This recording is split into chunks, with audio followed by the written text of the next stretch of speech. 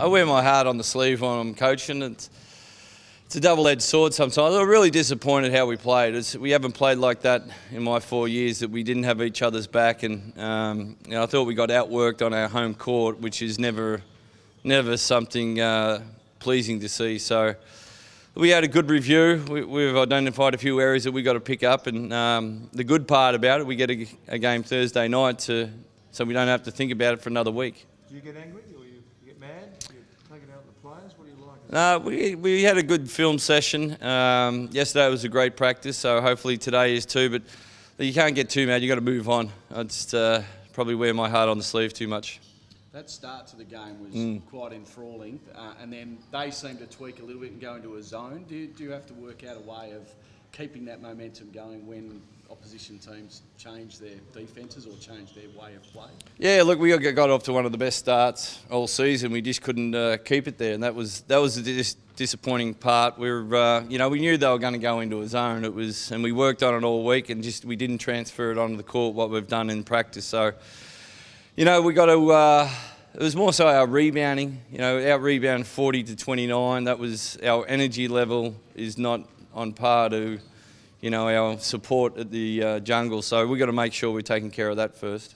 That historic run of playoffs, is there starting to get a little bit of concern amongst the team? Do you think that might be impacting the performances? Oh, I don't think so. We got, 11 games in. We've still got 17 games to go. There's a lot of water to go on the bridge, and you just see how competitive this league is. It's first to last is 2 wins. I've never seen anything like, and it's a great competition. And you have a night off, you're going to lose. It doesn't matter if it's on your home court or away, and that hasn't. Before you can get away with stuff, and this year you can't. Do you reckon they're feeling tense at the moment at all in terms of out of position? Things aren't going as good like? We haven't really talked about position or whatever. It's how we played the game. Is that something we're proud of? And it's not something that we want to repeat. And we've got to have our leaders step up now. We need the guys to lead from the front and show the way from our young guys, and that's it's going to fall on their shoulders this weekend. How important not to be dropping any more home games? You've already dropped those couple. How important is it to be making the most of your home court advantage? Yeah, we don't want to drop any. It's you got to get the ones at home and get some on the road. But look, we got to get back to playing good brand of basketball, and we got away from that last weekend, and we got outworked. And you're not going to win anywhere if you get outworked on the court. How's Marlo tracking? How's Marlo tracking? Notice he's out there, no knee brace. Is he tracking as expected, or ahead of schedule or behind schedule? Yeah, probably. Damo's really come up well. He's taken the brace off this week and just started on the bike, and he looks like a new man out there without the brace on anymore. So he's probably maybe a week in front, but look, we're still looking for mid-January to play.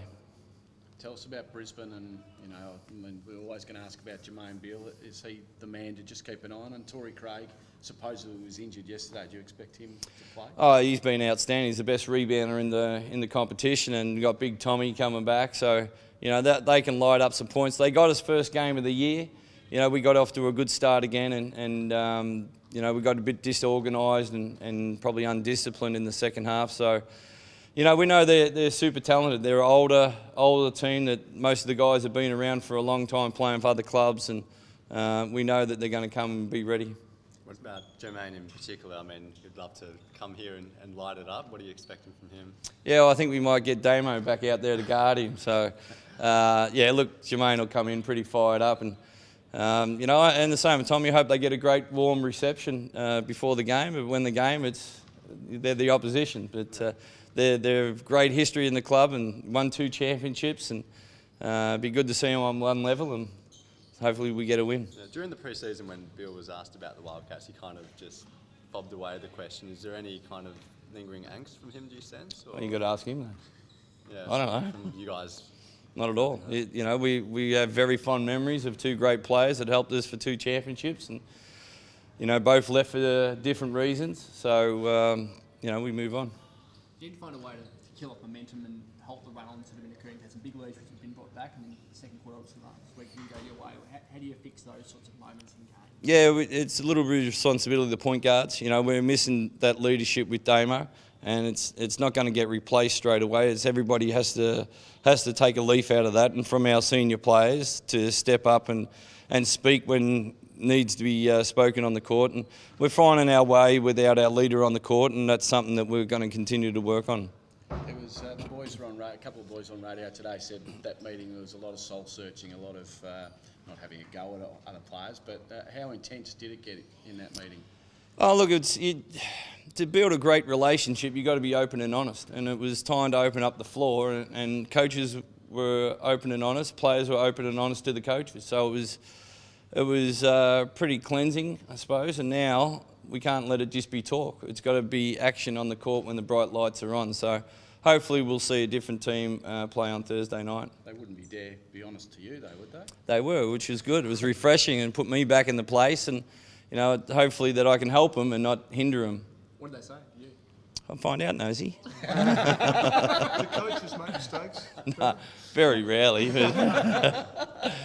Look, it was a really good open and honest, and we want to go from a good team to a great team, and you can't do that with any hidden agendas, and it's got to be invest in the team first, and we're all got to start putting into the team first, especially at this time.